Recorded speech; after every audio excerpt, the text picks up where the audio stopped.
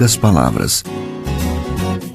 Um olhar sobre o mundo, a vida e a sociedade, à luz da Palavra de Deus, com Augustus Nicodemos. Olá, querido ouvinte, de volta com o nosso programa Em Poucas Palavras, no ano de 2017. Cá estamos nós, já chegando ao final de fevereiro de 2017. A coisa está andando, hein, pastor? Rapidão. Muito rápida. Não é? Graças a Deus, porque a cada dia que passa, a expectativa da vinda do Senhor, ela se concretiza, não é? Pois é. E a cada novo dia, as consolações e a misericórdia do Senhor se renovam. Pela Isso volta nos dele. alegra. Amém. Falando nisso, eu fico sabendo que, na verdade, se o pessoal está ouvindo o programa de hoje, o meteoro não destruiu o mundo, não, né?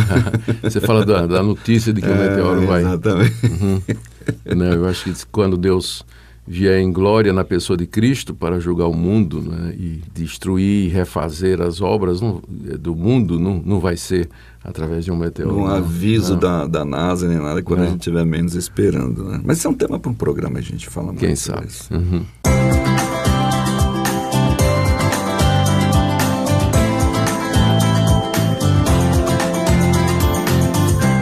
Bem, o tema de hoje tem a ver com vida cristã, seriedade da vida cristã, e a pergunta é de Leonardo, que mora em Guarujá, litoral de São Paulo. O Leonardo, ele diz o seguinte: eu moro em Guarujá, litoral de São Paulo, e sou membro da Igreja Assembleia de Deus, Ministério de Santos. Ele diz: tem uma dúvida no texto de Mateus 5, 29 e 30, onde Jesus diz que se um dos nossos membros nos fizer errar, para que nós devemos arrancar esse membro, pois é melhor perdê-lo do que todo o corpo ser lançado no inferno. A pergunta dele então, pastor, é: qual é a interpretação desse texto? É literal ou não? E desde já agradece e que Deus continue abençoando o programa Em Poucas Palavras e aqueles que estão à frente desse programa. Obrigado, então, ao Leonardo, pastor. Muito bem, muito obrigado também, Leonardo, pela sua audiência e por ter enviado essa pergunta aqui.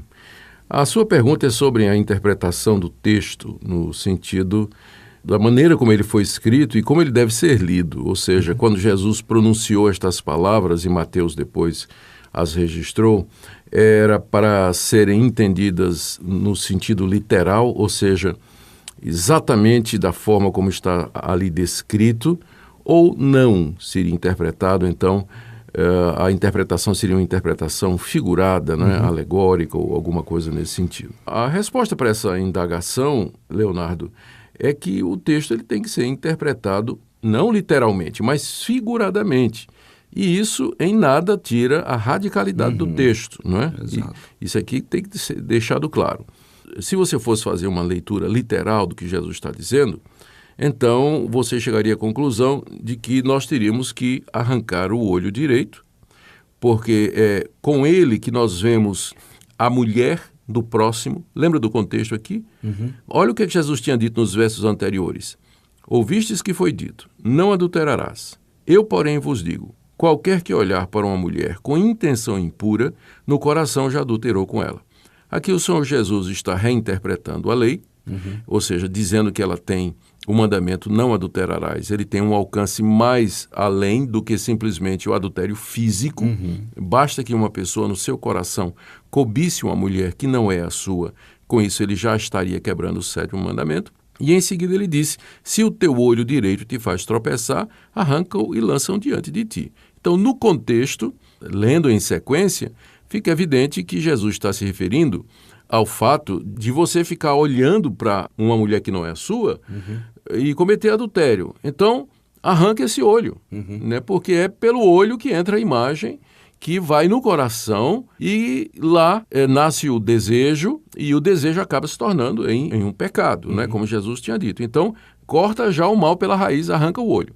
Então, é óbvio que Jesus não está falando de maneira literal, no sentido de você se mutilar a si mesmo, né? Arrancar o seu olho, porque você não consegue parar de olhar para a mulher do seu próximo, uma mulher casada ou uma mulher que não é a sua. Né? Então, já que você não aguenta fazer isso, né? Você não se controla, Então já corta o mal pela raiz, arranca o olho. Só que uma pessoa pode arrancar o olho e ainda assim continuar cometendo esse pecado, porque a imagem está gravada no coração. Ele tem memória das mulheres que ele viu, das mulheres que ele conheceu. Então, mesmo que ele se torne cego, ele ainda continua com a capacidade e o poder de cometer esse tipo de pecado. E ele diz a mesma coisa, e aí ele estende a metáfora, né? E aí agora ele já está falando de maneira geral. E ele explica, convém que se perca um dos teus membros e não seja todo o teu corpo lançado no inferno, né? Ou seja, aqui Jesus está dizendo que era melhor você entrar no céu cego do que você ir para o inferno inteirinho, né? Inteirinho. Essa é a comparação que ele está usando. Ou seja, o ponto aqui de Jesus é que nós temos que tomar todas as medidas possíveis e necessárias para que a gente não peque, para que a gente não quebre a lei de Deus. E aí, como eu disse, ele estende a metáfora. Não é somente o olho, né? O verso seguinte, o verso 30, ele fala da mão nos mesmos termos. Se a mão direita faz tropeçar. Ou seja, se não consigo me controlar e eu pego o que é alheio. Né? Se eu, com as minhas mãos eu roubo outras pessoas. Então, era melhor eu cortar minha mão do que eu continuar na prática do roubo, porque aí isso vai me levar para o inferno com mão e tudo. Jesus está falando mais dessa seriedade mesmo. Exatamente. Então, a passagem considerada no seu contexto e como um todo, e à luz de todo o restante do Novo Testamento, ela deve ser interpretada figurativamente. E essa é uma regra de interpretação que é muito importante, não é?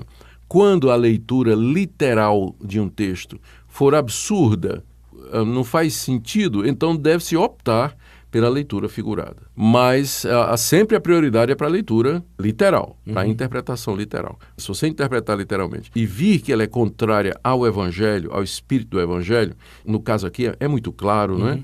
Então é evidente que ela deve ser tomada no sentido figurado.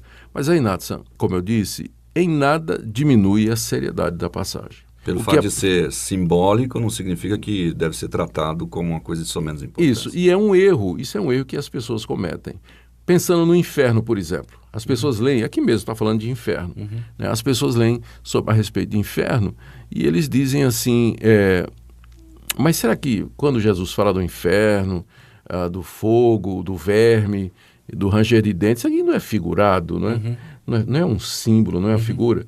Eu disse, aí geralmente a resposta é essa. Ainda que fosse, vamos supor que aquelas coisas que Jesus falou, do fogo eterno, do verme que não morre e do sofrimento eterno, ainda que isso fosse figurado, não diminui a seriedade e a gravidade do inferno. Porque essas coisas, então, seriam símbolo de quê? Exato. O que é que está por detrás disso aí? É uma realidade tão terrível que usou-se a simbologia do fogo. Que é o mais terrível, seria uma pessoa queimando e morrer, né? E usou a simbologia do fogo, de um verme que fica roendo a pessoa e nunca para aquilo ali. E a pessoa não morre. E a pessoa não morre. O ranger de dentes, que exprime uma dor profunda, excruciante. Né? Então, isso aqui é símbolo de quê?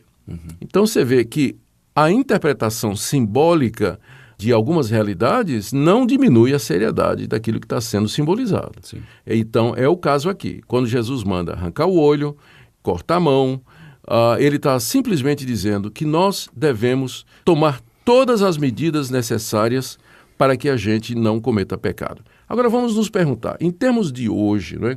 O que seria arrancar o olho e cortar a mão diante do que Jesus disse, quem olhar para uma mulher com intenção impura, no seu coração já adulterou com ela. Eu fico pensando, por exemplo, se uma pessoa não consegue ter acesso à internet via seu celular, via o seu laptop, se ele não consegue se dominar, não é? E acessar apenas aquilo que edifica, aquilo que abençoa e tudo mais, se ele vai para sites pornográficos, se ele vai para sites eróticos, se ele vai participar de grupos de WhatsApp onde sai aquelas piadas indecentes, o pessoal publica fotos que não deve e tudo mais, e ele não consegue se controlar, não consegue se controlar, então ele tem que cortar a mão e arrancar o olho. No caso aqui seria, eu diria mesmo, né, sair das redes sociais. Exato. Né, acabar com sua conta de internet ou voltar a usar o velho correio. Né?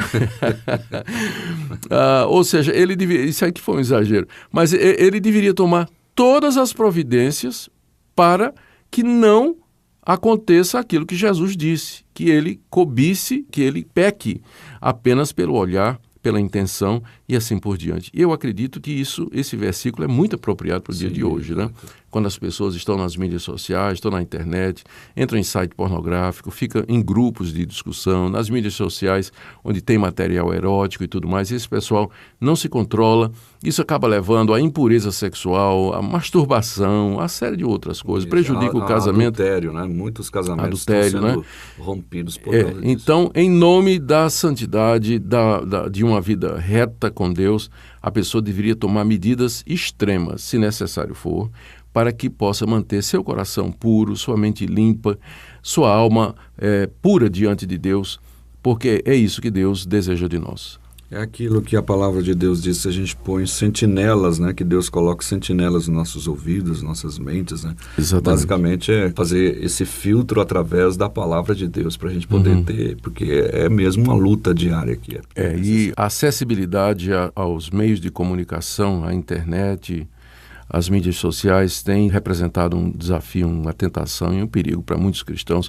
Então eu acho que todos nós deveríamos tomar medidas radicais, sérias, para evitar não somente o pecado, mas toda a ocasião para o pecado surgir em nossa vida. Não deis lugar ao diabo, disse o apóstolo Paulo com muita clareza lá em Efésios. Não deis lugar ao diabo. Ok, que Deus nos abençoe. Tem uma passagem lá em Salmo 101, versículo 2, se não me engano, que diz assim: não porei coisa injusta diante dos meus olhos. E a palavra injusta lá é Baliar, que é um dos sinônimos para Belial, e Belial é um dos nomes pelos quais Satanás é chamado, né? Isso. Então a gente tem que tomar cuidado com isso aí. Muito bem. Querido Leonardo, que Deus abençoe você e todos os nossos ouvintes com relação a essa dúvida, pastor. Muito obrigado, Leonardo, pela sua pergunta. Deus o ajude na luta pela santificação. Não a minha vontade, mas a tua. Não a minha vontade, mas o teu querer. Faze a minha vontade ser a tua. E me ensine a, Pai, obedecer.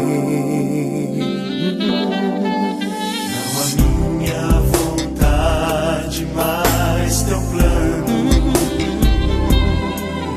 não a minha estratégia, mas a tua mão. Eu sou tão pecador, sou tão humano. Põe a tua vontade no meu coração.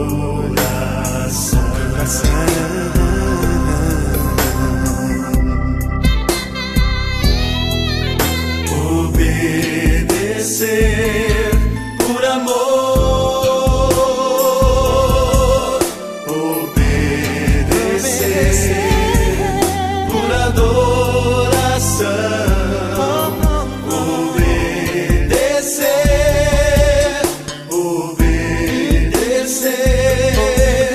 ao Deus do meu coração.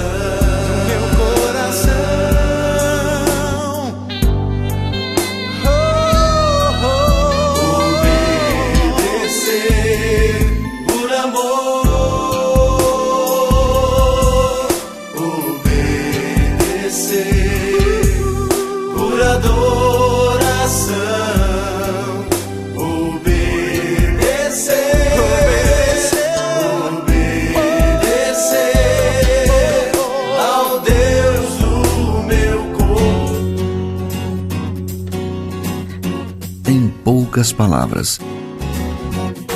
Um olhar sobre o mundo, a vida e a sociedade, à luz da palavra de Deus. Apresentação: Nadson Matias. Comentário: Augustus Nicodemos. Um programa da Primeira Igreja Presbiteriana de Goiânia, Rua 68, esquina com 71, Centro. Visite o nosso site www.pipg.org. Apoio: Seminário Presbiteriano Brasil Central, Goiânia.